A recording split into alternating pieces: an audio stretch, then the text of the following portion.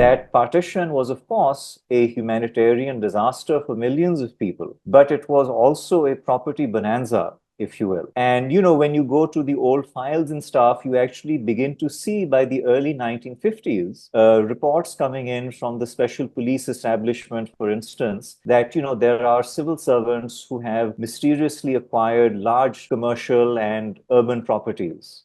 You have a proposal from Ayub Khan, for instance, right after he took over as army chief, to start privatizing cantonment lands and handing them over to military officers. So that sort of, El Dorado elite that emerges in Pakistan after 47, those are, I think, that is the formative aspect of our elite.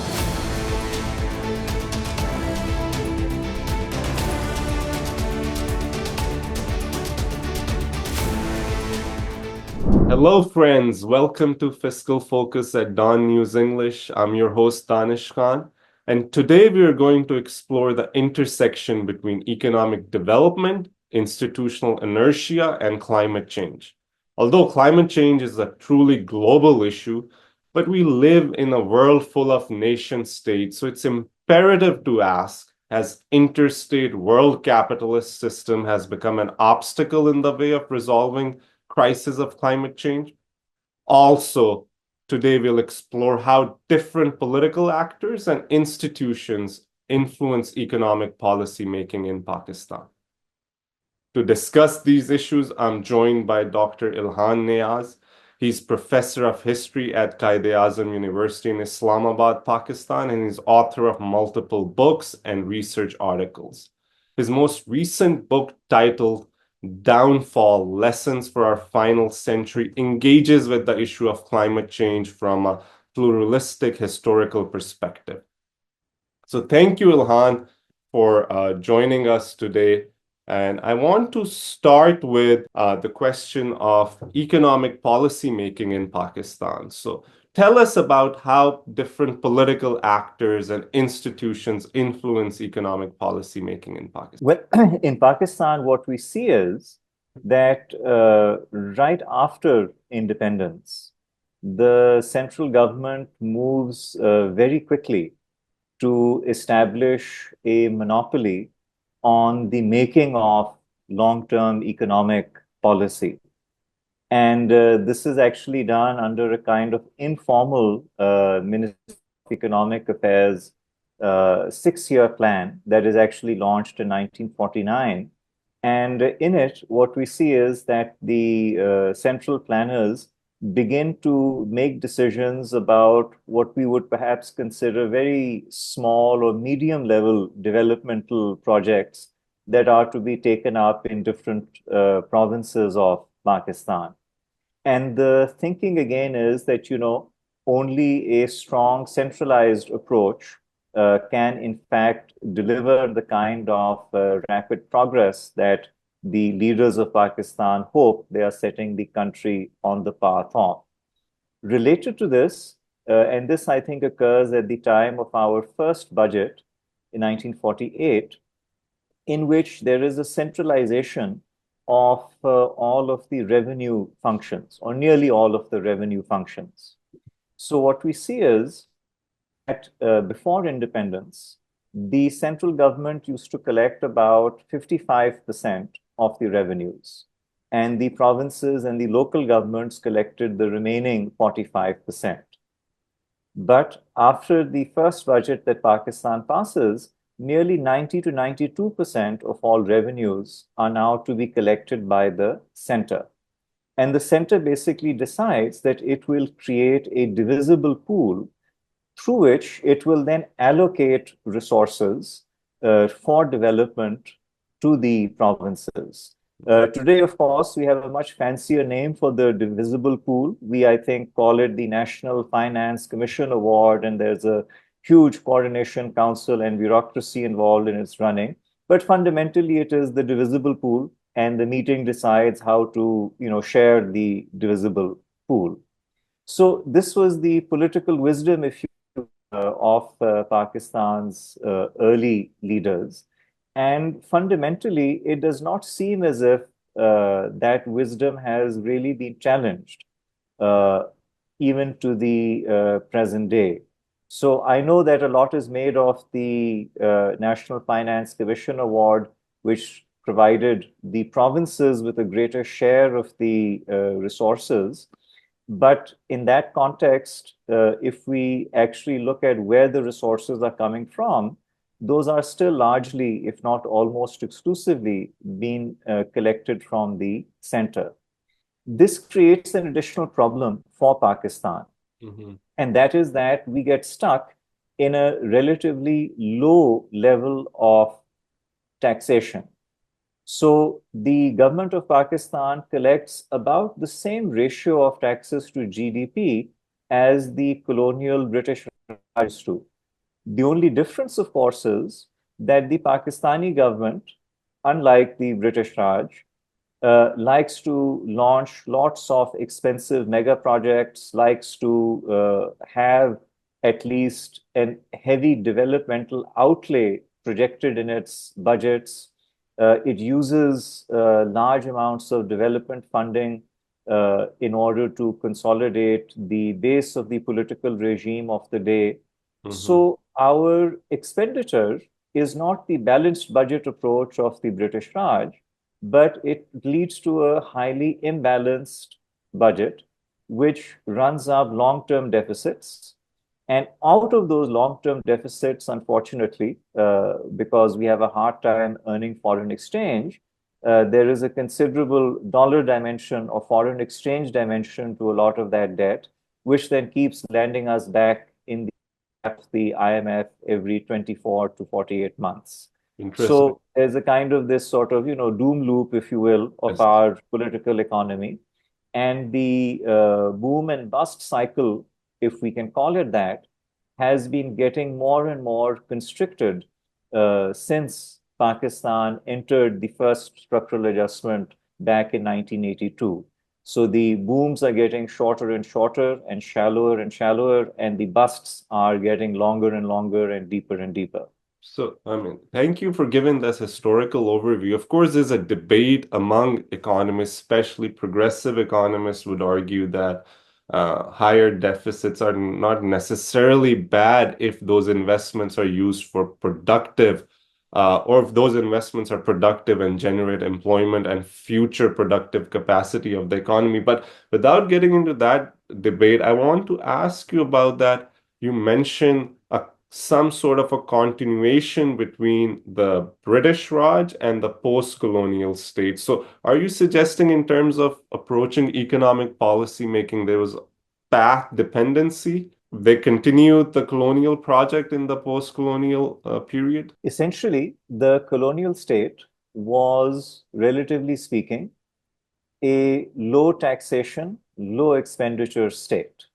Okay. So the idea was to basically tax, as I indicated earlier, normally less than 10% of GDP, and to spend very small amounts of money here and there on necessary infrastructure. But beyond that, there was no effort to really develop the economy or the society. After independence, we did try to develop the economy and the society, but decided to do so without increasing the domestic mobilization of resources. Mm. So that led us to depend a lot upon aid during the Cold War, at least in the mid 50s and 60s, and then again during the 80s and early 2000s, we managed to get a decent amount of such injections from the Western powers. But fundamentally, there was no real effort to increase the local mobilization of these resources. So the result was that we ended up in a situation where we are spending more money than the colonial state used to, but we are gathering about the same amount in taxes. And this, of course, creates a chronic deficit. To your point that you made, of course, a deficit is not by itself a bad thing if you're investing the money in health and education and in basic infrastructure that people actually need. But if you're going to be spending large amounts of money on regime consolidation, on big fancy signature projects that very few people actually need, if you're going to be spending those resources unwisely, as we tend to, or unproductively, or without considering the ability of those projects in the future to earn the dollars that you are spending on them, then you're going to end up in a debt trap. And what is remarkable about Pakistan is that people perhaps maybe forget, but after 9/11, Pakistan had pretty much managed to dig its way out of the debt trap. In the late 90s, Pakistan was practically bankrupt. In fact, I think in 2000, Pakistan even went into technical default on various external payments. So we had dug ourselves very deep into that hole during the 80s and 90s. We got a windfall, if you will. Mm-hmm. And with that windfall, what did we proceed to do? We proceeded to immediately dig ourselves back into that hole. And here we are again, faced with basically a very similar situation to the late 1990s, where your chronic foreign exchange deficits simply cannot be made good by the productivity of your economy. And you're desperately looking about to, the Saudis or the UAE, or you're trying to get rollovers on the Chinese debt. The IMF is pulling you in one direction. Your bilateral relationships, such as with China, are pulling you in another direction. So it's a complete mess, if you will. And the time horizon of the government appears to be just to manage to make the next payment. And beyond that, there is no real long-term thinking about how we're going to get out of this mess. So, are there any historical events or critical junctures which shape this relationship between the state institutions and economy? I think, you can analyze it in different ways, but I think fundamentally, since the overthrow of Khwaja Nazimuddin back in April 1953, Pakistan's leaders have faced a crisis of constitutional and political legitimacy. So we've had a situation where essentially unelected, unaccountable officials belonging then to the civil service and the military decided that, well, we're going to decide how the country is run. And even if we let the people have a vote now and then, that's not really going to decide who gets to form the next government. So when a government basically loses legitimacy, it then also loses the ability to place burdens on the citizens. So if you're going to kneecap your own legitimacy, then it is far better for such a regime to avoid putting additional burdens in terms of taxes, in terms of restrictions, in terms of resource mobilization on elites.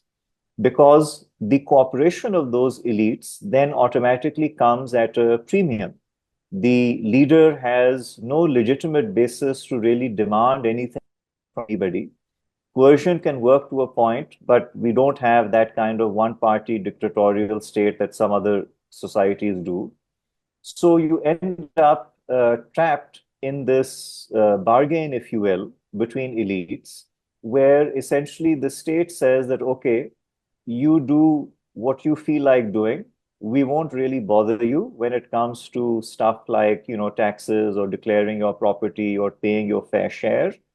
And in exchange for that, we expect that not all of you, but a sizable section of you will then toe the line that has been laid down by the civil military bureaucratic establishment. And that is the elite bargain, if you will, that has prevailed in Pakistan under various guises since April 1953.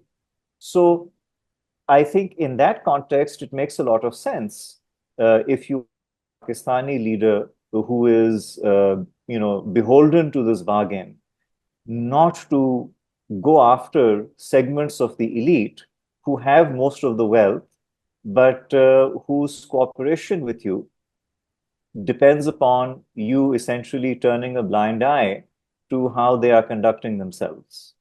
So, in terms of what you call this elite bargain, it seems like some sort of a class compromise as well, right, between different classes and the state.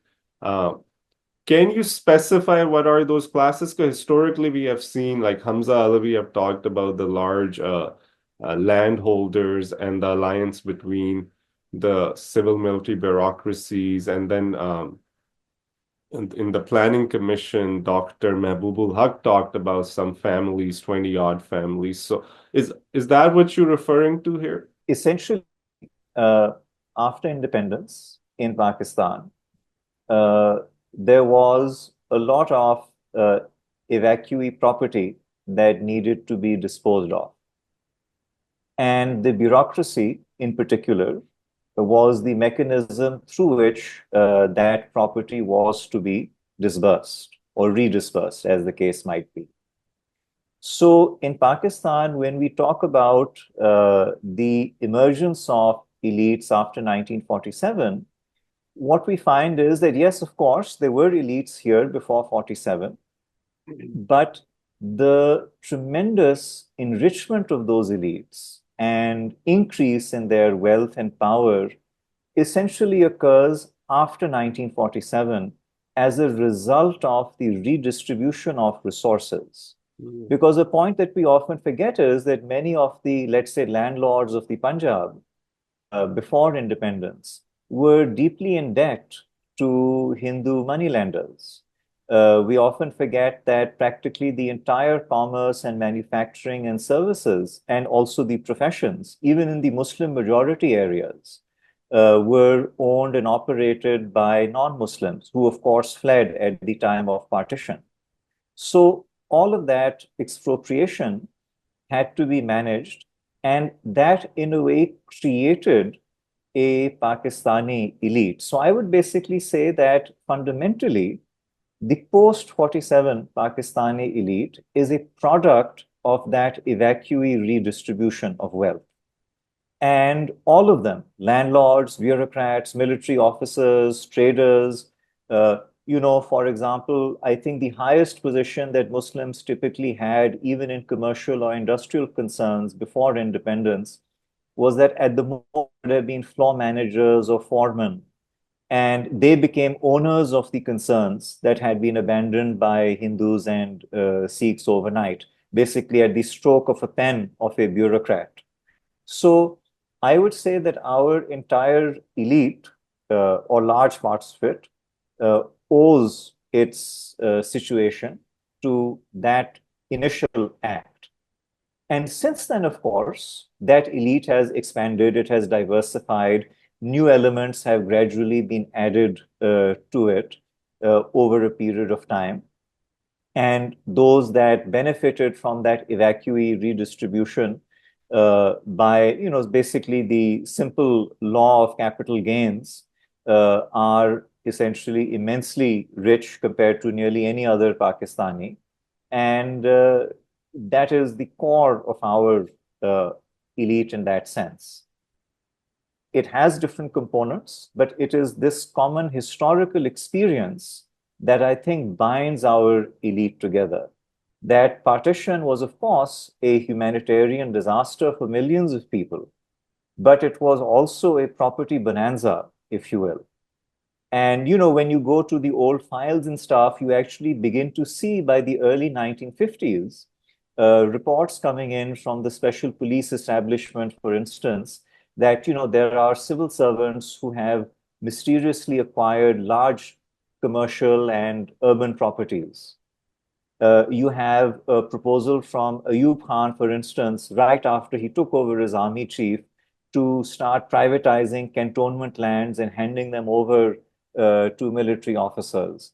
So that sort of, El Dorado elite that emerges in Pakistan after 47, those are, I think, that is the formative aspect of our elite. Other factors are also important, but I would say that is the core conditioning factor that goes into the Pakistani elite. Yeah, this story looks like rent extraction. Cheap rents are available to elites in early days, and that probably played a key role in prohibiting them in engaging in more long-term productive investments in the economy because they were just extracting rents and less interested in expanding processes of capital accumulation. Now, in the beginning, you talked about the centralization of the state as one of the key aspects of the post-independence period. How it was among other countries, because usually we are told that, Pakistan was a case study for other countries to follow. Was that true, or how other peer economies were doing in terms of their institutional structures? I think if we look at the period after 1945, we need to understand one very important uh, change that occurs in the 40s and 50s. Between 1917 and 1957, the Soviet Union literally goes from the feudal age to the space age. And it does so while fighting the bulk of what was the Second World War in Europe. So that model of central planning and the state setting prices and determining allocations of resources appear to deliver very, very rapid economic growth, even under the most horrific circumstances at certain points. So the capitalist countries, particularly the United States, were genuinely anxious that maybe the Soviets had in fact figured out some way to achieve rapid industrialization in a matter of decades, whereas the old capitalist path to industrial development had typically unfolded over about a century and a half without any kind of conscious central direction from the government. So, in the post 45 world, development planning, developmentalism, the idea of having a planned economy, even if it was not a socialist economy, but having a planned economy, is something which the West also began to buy into.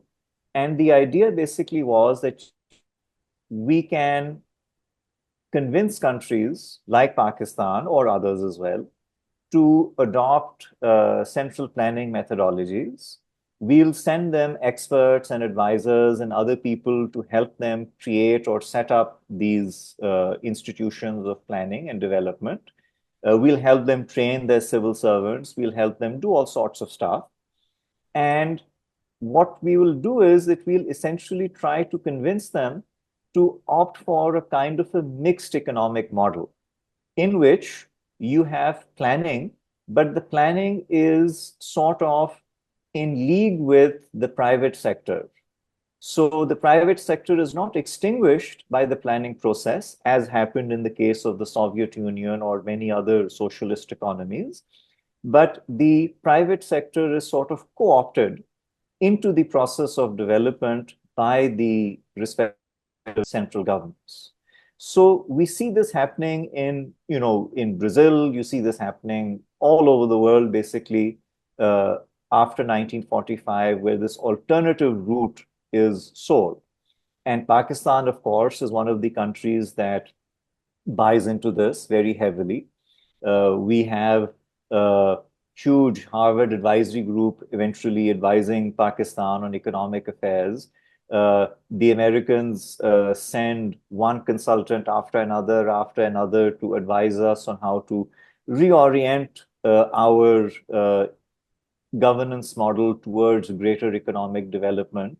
So you have a long succession of these consultants that come in from North America. Uh, and they are not just, of course, selling ideas. Those ideas are also backed by the lure, if you will, or the promise, if you will, of dollars. So there are some countries, like, for example, India, that are able to sort of get assistance from both the Soviets and the Western Bloc during the Cold War. And there are other countries whose perhaps strategic nuisance value is not quite as great that are forced to, choose one side or the other. So, for instance, Egypt between 1952 and the 70s, it sides with the Soviets. Then after that, they kick the Soviet advisors out and they go on to side with the Americans.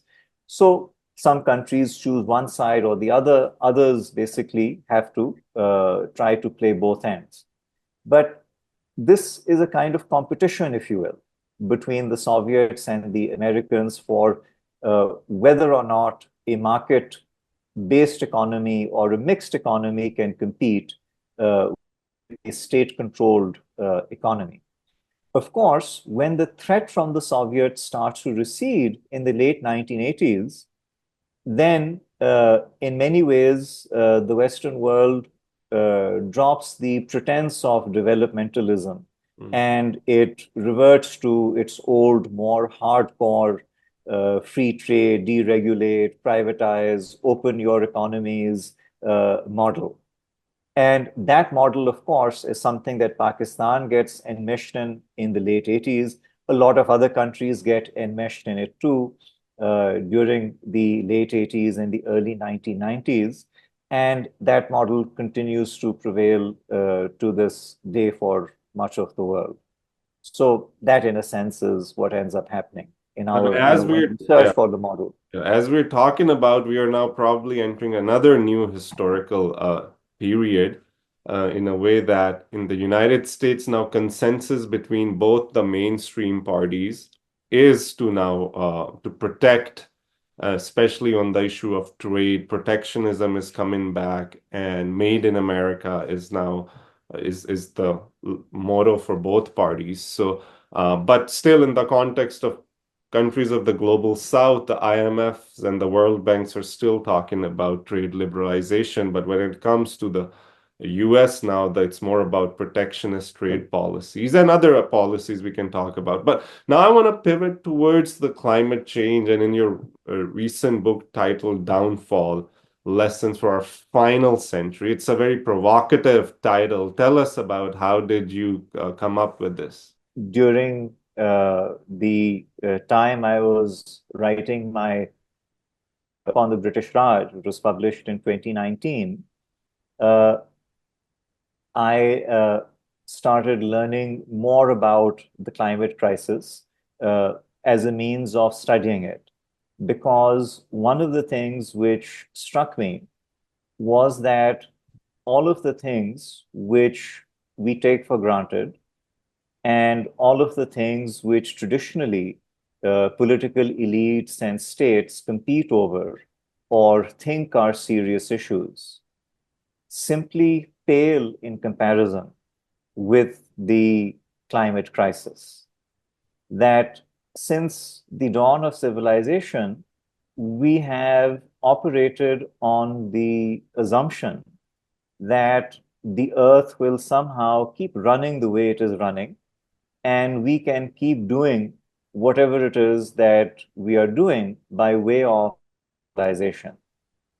And that loan, if you will, from our planet's ecology is now in the process of coming due.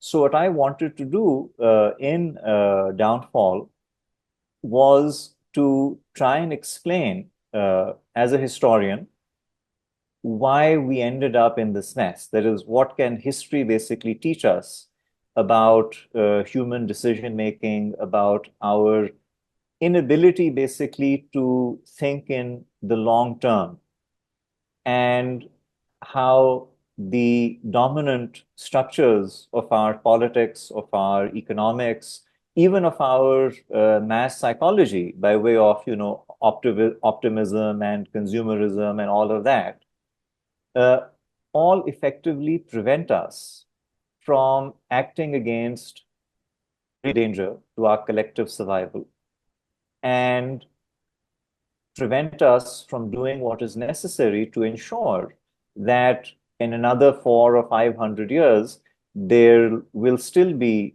historians or other social scientists writing about the 20th century or the 21st century. That what we are doing is that we are effectively cooking the planet to the point where it will not be able to sustain human life as we understand it. So this is something which I found particularly disturbing as well, because the arc of our history, when people talk about history, there are people who talk about the end of history as well. There is a Hegelian end of history, a Marxist end of history. More famously, perhaps, Fukuyama famously prophesied that neoliberal capitalism and liberal democracy combined offer an ultimate end to the historical evolution of the human race. But my point is that no, we are headed towards an end of the historical process, but it appears to be a literal rather than a metaphorical end. And that's simply a question of our economic and political systems essentially consuming too many resources too quickly and giving off too much heat to survive on a planet that has a limited carrying capacity and a limited ability to provide for material growth. Now, I mean, there's a huge debate among environmentalists about what are the underlying causes. On the one hand, there's a degrowth movement which argues that capitalism and environmental sustainability cannot coexist because capitalism is all about endless accumulation of capital and growth, and any growth, whether it's more attuned to climate crisis, will still lead to environmental crisis in the long run. Whereas the green growth folks talk about, well, there is a possibility if we transition towards more sustainable infrastructure, more clean energy, then we may be able to provide some economic growth without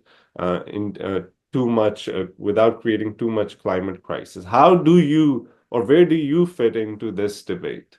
I think the problem with, let's say, the green growth approach is that the Earth has a resource renewal capacity of about 50 billion tons of resources a year. Currently, we're consuming somewhere between 75 and 80 billion a year. If we fully embrace green growth, then by 2050, we'll be at about 95 billion a year. If we continue with our current model, which is still heavily dependent upon carbon, then we'll end up with something like 180 billion a year. So I think that, let's say 50 years ago or 45 years ago, when, let's say, the first clear indications were given by scientists of where we are headed, at that time, the green growth model have worked because it could have been sort of baked into the transition towards a cleaner energy grid, towards a more sustainable food production cycle, towards a less chemically dependent production process, towards more localized supply chains, less global trade, other such things. And then you could have had maybe economies continuing to grow to a degree, but without adding additional burden or too much additional burden on the planet. But the problem is that in about the year 2000, we crossed that critical threshold of about 50 billion tons of resources a year. And in the year 2000, the Earth's per capita was about $8,500 a year. So the fact is that we could have sustained an advanced industrial civilization indefinitely at a decent per capita income for everybody. The $8,500 a year may not sound like a lot if you're a Scandinavian person, but that is more than enough to ensure that every single human being on the planet has housing, healthcare, adequate opportunities to live a fulfilling life. But that watershed was crossed. And the problem is that it's not coming back. So I think that in terms of the green growth idea, that is a little, let's say, too late at this point. What we are headed towards is, in fact, growth. The difference, of course, is how we are going to manage it. Is it going to be forced upon us by ecosystem collapse, by the physical collapse of the infrastructure and the agriculture and the other resources and services we need to survive? Will it be a forced contraction, or will it be a planned or a phased contraction in which the damage can be mitigated and a transition can occur so that perhaps at some point in the future, 40, 50 years down the line, we can stabilize at a reasonable economic activity level without having completely torched the planet. So I think these are the two options for us, that either you can have a planned degrowth or you can have essentially the earth doing to us what we've been doing to it for the last 200-300 years. I mean, very well put. Thank you. Now, you mentioned there's a global dimension, and climate change is a truly global issue. But we live in a world of nation states. So has interstate world capitalist system, or generally interstate world system, has become an obstacle in the way of addressing this crisis? Because at best, right now, if a country X makes some degrowth policies, but a country Y continues to pursue fossil fuel-based economic growth, is it sustainable? Back in 1985, when the scientist Carl Sagan testified before the US Congress on climate change, he made precisely this point, which addresses the question that you have raised, that the climate crisis, which is coming in a generation or so, creates a fundamental problem because our international political order, or disorder, if you wish to call it that, has these building blocks, nation states or state nations, as you might call them, and each one conceives of the world not as an organic whole, but as something in which it has to operate and bring benefits to its own people. So, a single nation state wishes to maximize its wealth. The only way to do that is to consume more resources under our existing growth model and more energy.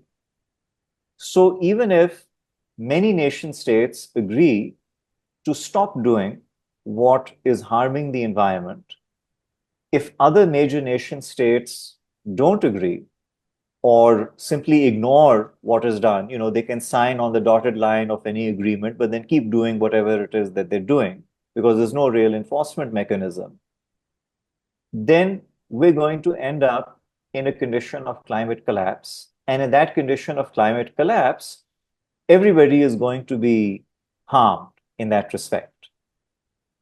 So we have this very, very serious problem with how the international system is constructed, that in a way, the environmental effects of our material development have grossly outstripped our institutional and cultural and psychological development. So we are just not able to think in the terms we need to in order to survive.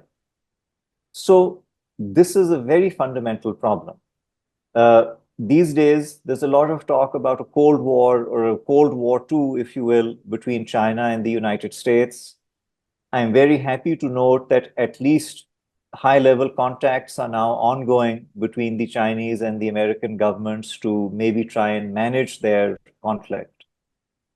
But the problem is, as I often make when I meet American or Chinese friends, is that I keep telling them that, look, there's no geopolitics on Mars.